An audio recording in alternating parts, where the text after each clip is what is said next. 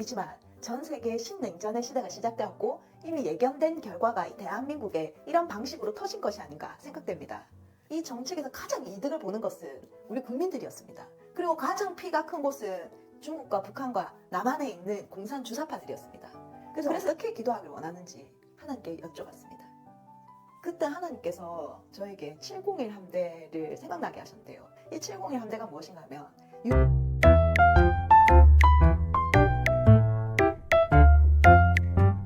직진의 여왕, 오늘도 북한의 자유와 복음의 소식을 들고 북진하는 여자 이정아입니다. 반갑습니다. 정말 오랜만에 돌아왔습니다. 2주간 직진의 여왕을 찍지 못했는데요. 많이 기다리신 분들이 있을 거라고 믿습니다. 저 여기 살아있고요. 대한민국에서 자유를 지키기 위해서 북한의 자유와 복음을 들고 북진하기 위해서 죽지 않았습니다. 만약 그럴 일은 없겠지만 대한민국이 공산화된다면 그때는 순교할 수도 있을 것 같습니다. 사실은 제가 백석신학대학원에서 재학 중인데요. 2주간 기말고사 기간이라서 너무너무 바빴습니다. 기말고사 기간에 딱 맞추어서 비상계엄령도 시작되고 그 바람에 저는 정말 잠을 잘 수 없을 정도로 바쁜 시간을 보냈습니다. 북쪽은 눈도 많이 오고 춥다고 하는데 어떻게 지내시는지요? 제가 내일은 인천에 들렀다가 서울에 들렀다가 속초 고성의 2025 글로벌 비전 캠프 답사를 다녀옵니다. 그래서 이제 지금 수요일이니까요. 목요일에 올라가서 전국 일주를 하고 토요일에 부산에 도착하게 됩니다. 제가 부산에 있는 이 따뜻한 바람을 들고 한번 북진해 보겠습니다. 기다려 주시기 바랍니다. 윤석열 대통령의 비상계엄령 선포와 탄핵 정국이 2주 만에 쏜살같이 지나갔는데요. 여기저기서 이런저런 말들로 헷갈리시는 분들도 많고 또 어떤 부분에서 나는 이것을 가장 중요하게 생각한다 이렇게 생각하시는 분들도 많을 거라고 생각합니다. 직진의 여왕이 조금 빨리 돌아와서 좀 쉽게 풀어서 설명해 드렸으면 좋았을 텐데 이 시간이 금방 지나가는 바람에 제가 설명해 드리는 기회를 놓쳤습니다. 생각보다 제 채널을 어린 친구들이 많이 좋아한다는 얘기를 듣고요. 조금 더 쉽게 얘기하면 좋겠다 이런 생각이 들었습니다. 저는 비상계엄령과 탄핵 정국에 대해서 여러 가지 생각들이 있지만 그 중에서도 한 3가지 정도 얘기해 보려고 합니다. 그리고 우리가 이 대한민국의 비상시국을 어떻게 타개할 것인가, 또 내년에 2월 6일부터 2월 8일까지 속초에서 진행하는 2025 글로벌 비전 캠프 이 답사전에 조금 더 썰을 한번 풀어보겠습니다. 일단 비상계엄령과 탄핵 정국에 대한 첫 번째 저의 생각은요. 우리나라 안에서 일어난 일이지만 전 세계 신냉전의 시대가 시작되었고 이미 예견된 결과가 이 대한민국에 이런 방식으로 터진 것이 아닌가 생각됩니다. 신냉전이라는 것은 러시아, 중국, 북한, 이란, 하마스, 헤즈볼라 이런 나라들이 따로인 것 같지만 사실은 하나로 묶여 있습니다. 전 세계 암거래 주도 세력들이고요. 이 암거래는 공식적으로 거래하기 힘든 무기, 마약류 이런 것들을 말합니다. 정치 체제는 공산주의를 선택하고 있습니다. 공산주의가 아니라도 공산주의에 가까운 체제들을 선택하고 있지요. 이들은 러시아 우크라이나 전쟁을 일으켰고 28 전쟁도 일으켰습니다. 사실 대한민국에는 6.25 전쟁 때 전 국토가 초토화되는 그런 시간을 뼈저리게 겪었습니다. 이것은 다 이들 세력이 일으킨 전쟁인데요. 지금 윤석열 대통령은 이재명과 그 악당들, 더불어민주당, 거대 야당 그들과 싸우고 있는 것처럼 보이는데 그들과만 싸우고 있는 것이 아닙니다. 전 세계의 자유를 위협하고 교회를 위협하는 세력들과 싸우고 있는 것입니다. 이 첨예한 대척점에서 그들이 제일 싫어하는 자유를 지켜내려다가 희생제물이 된 케이스입니다. 대한민국은 이미 반자유 세력이 곳곳에 침투해 있는데요. 이 반자유 세력은 간단하게 설명하자면 중국 공산당, 그리고 북한 간첩들, 그리고 대한민국에서 자생적으로 생겨난 주사파들입니다. 이들의 목표는요, 남한을 공산화시켜서 중국의 식민지, 그리고 북한과 한 배를 타는 공산국가로 만드는 것입니다. 그런데 우리 윤석열 대통령은 어떻게 했습니까? 북한, 중국, 러시아 이 공산 세력을 완전히 제끼고 패싱, 한미일 자유동맹을 더 강화시켰죠. 중국에서 들여온 태양열 에너지 사업에다가 나라 돈을 다 때려 부은 게 누굽니까? 문재인 대통령이죠. 그런데 이것으로 중국 좋은 일 시키고 국민들은 더 가난하게 만들고 그렇게 하고 싶었어요. 그런데 윤석열 대통령이 되면서 이 태양열 에너지 사업을 원자력 에너지 사업으로 완전히 전환시키고 국민들을 잘 살게 만들고 대한민국의 위상을 높였습니다. 중국이 얼마나 싫었을까요? 또 국민들한테 세금 더 많이 뜯어내고 복지한다면서 국채 풀어서 인플레이션 만들고 집값은 천정부지로 뛰고 국민들은 더 가난하게 만드는 것. 그것이 저들의 목표입니다. 근데 윤 대통령 어떻게 했습니까? 복지를 늘린 게 아니고 일자리를 더 많이 창출했죠. 세금 내리고 쓸데없는 복지는 없애고 아주 자유민주주의 정책을 정통으로 사용했는데요. 그렇기 때문에 저들은 너무너무 싫었던 겁니다. 또 미중 패권 전쟁이죠, 지금. 그때 반도체 IT 사업, 이 전부 중국한테 뺏어오기 일보 직전이었습니다, 우리나라는. 그리고 국방은 더 강력해지고 북한은 남한으로 쳐들어올 생각조차 못할 국방력이 그런 수준이 되었습니다. 이 정책에서 가장 이득을 보는 것은 우리 국민들이었습니다. 그리고 가장 피가 큰 곳은 중국과 북한과 남한에 있는 공산 주사파들이었습니다. 그래서 이들은요, 윤석열 대통령이 더 이상 대통령직을 못하게 하는 것 말고는 이 난국을 타개할 방법이 없다. 이 정도 생각할 정도로 위기였다는 것입니다. 윤 대통령이 비상계엄령을 선포한 것 합법이다 불법이다? 법으로 금방 판단이 나오겠지요. 법대로 재판할 가능성은 적지만 그렇지만 이 신냉전의 국제정세에서 윤 대통령이 이런 위기에 처할 수밖에 없는 강력한 자유정책을 시행한 것은 명백합니다. 모든 판은 이 공산당들이 원하는 대로 이미 짜여져 있을 가능성이 큰데요. 이 위기 상황에서 제가 느끼는 가장 큰 문제는 무엇인지 아십니까? 우리 편인 줄 알았는데 아니었었던 그런 사람들이 있었죠. 정말로 우리가 찐보수우파인데 우리 안에서도 하나가 안 되어서 싸우고 분열하고 이런 상황이라는 겁니다. 그렇다면 이 판은 범법자 이재명이 대통령이 되는 데까지 시나리오대로 진행될 것인가? 이 부분이 제일 관건입니다. 그래서 제가 너무너무 답답해서 하나님 앞에 여쭈어 보았습니다. 기도했습니다. 근데 하나님께서 저에게 아주 선명하게 말씀해 주신 것이 있습니다. 이것을 제가 오늘 풀어내 보겠습니다. 이것은 제가 이 전국을 바라보는 저의 의견이기도 하고 하나님 주신 마음이기도 합니다. 두 가지. 이 모든 상황을 만드신 분은 하나님이시라고 하셨습니다. 내가 이 대한민국에 할 일이 있기 때문에 이 일을 시작했다. 이런 마음 주셨습니다. 또한 이 일이 지금 일어나는 이유는 우리가 2024년 하반기에 무엇을 했는지 기억나십니까? 얼마나 간절하게 12치를 놓고 기도했는지 기억하십니까? 근데 하나님께서 이렇게 말씀하셨습니다. 내가 너희의 그 간절한 기도를 받았고 지금 이 상황은 그때 기도한 것의 열매다. 이렇게 말씀하셨습니다. 우리는 대한민국 망하라고 기도한 것이 아닌데 지금 망하기 일보 직전의 상황이죠. 공산화되기 일보 직전의 상황입니다. 제가 말씀드렸죠. 샤벌금지법을 반대하는 것은 대한민국 공산화를 반대하는 것과 마찬가지라고 말씀드렸습니다. 부정선거가 밝혀지면 대한민국이 다 정상적으로 될 것이다.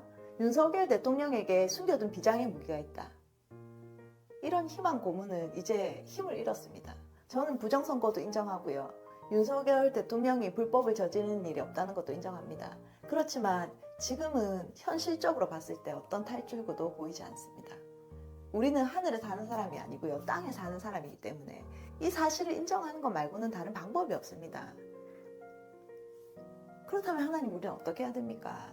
이렇게 질문했을 때 하나님이 윤 대통령이 비상계엄을 선택하게 한 것도 한동훈 대표가 탄핵을 찬성한 것도 이재명이 기고만장한 것도 지금 이 모든 위기의 상황을 만든 것도 하나님 자신이라고 하셨습니다. 그리고 내가 한국교회를 너무 사랑하고 한국교회에게 해줄 말이 있다고 하셨습니다. 그래서 우리 매너라 통일선교회 그리고 저 직진의 여왕은 내년 3월 14일까지 모든 결정권을 가지고 계신 하나님께 엎드리기로 결정을 했습니다. 여러분 다른 방법이 없다는 것을 인정해야지만이 이 엎드리는 것이 가능합니다. 하나님이 결정하실 것입니다. 그래서 우리는 오늘이 마지막일지도 모른다. 이런 생각으로 탄핵부터 헌재까지 모든 시간을 힘을 다해서 기도하기로 결정했습니다. 하나님께서는 하나님의 약속을 이루십니다. 그렇지만 우리의 기도를 통해서 일하시는 분이십니다. 그래서 어떻게 기도하길 원하는지 하나님께 여쭤봤습니다. 그때 하나님께서 저에게 701 함대를 생각나게 하셨는데요.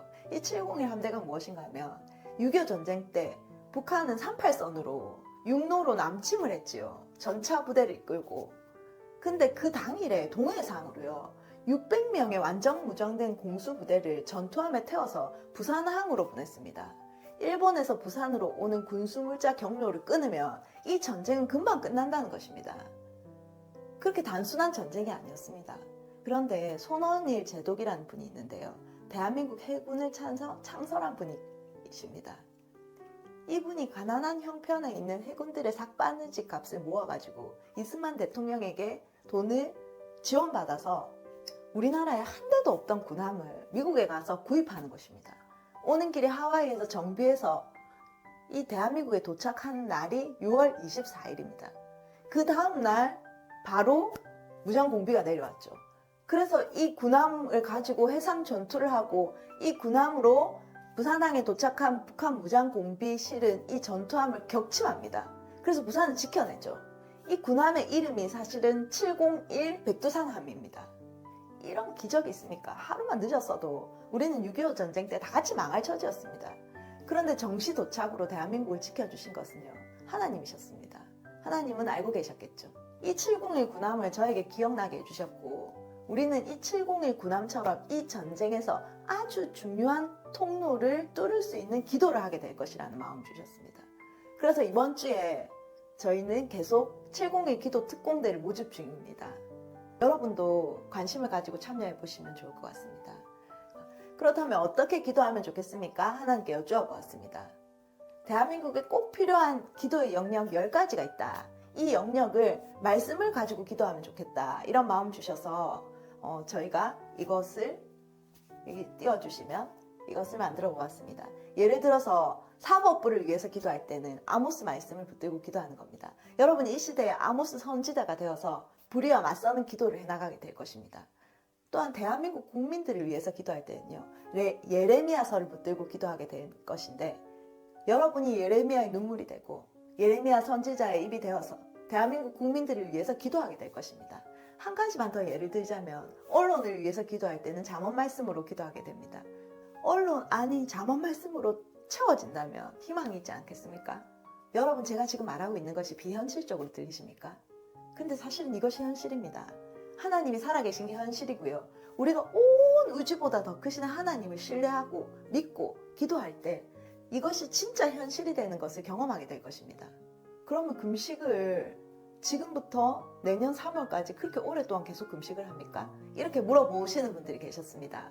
그래서 총 86일 동안 금식을 하는데요. 여기서 여러분이 86일 내내 금식을 하면 응급실에 실려가겠죠. 그래서 선택적으로 여러분의 몸의 건강 상태와 라이프 사이클에 맞추어서 금식을 신청하시면 됩니다. 저는 40일 동안 하루 금식을 몇 번 해보니까 일주일에 한 번은 쉬어줘야지 몸이 회복이 되고 다음 금식을 이어나갈 수 있었습니다. 그래서 여러분이 여러분 자신에 맞는 금식 날짜, 시간, 방법, 그리고 횟수 이런 것들을 선택하시면 됩니다. 자유롭게. 우리는 자유민주주의 국가에 사니까요. 그런데 추천드리는 금식 횟수가 있는데, 다니엘이 21일 동안 기도한 후에 하늘의 소식을 듣게 되었죠. 하나님은 다니엘이 기도하는 첫날 응답하셨다고 했습니다. 그런데 그 기도가 다니엘에게 도착하는데 21일이 걸렸습니다. 왜냐? 공중권세 잡은 자가 둘째 하늘에서 이 소식을 맡고 있었는데요. 성경에는 바사군주라고 나오죠. 근데 다니엘이 계속 기도를 하니까 미가엘 천사가 나타나서 이 공중권세 잡은 자를 물리치고 예수님께서 소식을 가지고 왔습니다. 그래서 이 86일 동안은 86 곱하기 세끼, 그러니까 258끼입니다. 근데 그 중에서 21일 곱하기 세끼 63끼, 그러니까 한 분당 63끼 이상을 금식을 하시면 여러분 각자가 다니엘이 되시는 것입니다. 각자가 하나님께 다니엘처럼 기쁜 소식을 받으시는 시간이 될 것입니다. 또한 이 국가적 위기에 여러분의 자녀들도 하루라도 금식을 시켜보시면 좋을 것 같습니다. 이것이 살아있는 교육입니다. 짧은 금식이라도 엄청난 교육 효과를 경험하게 될 것입니다. 내가 그때 엄마 따라서 금식했어.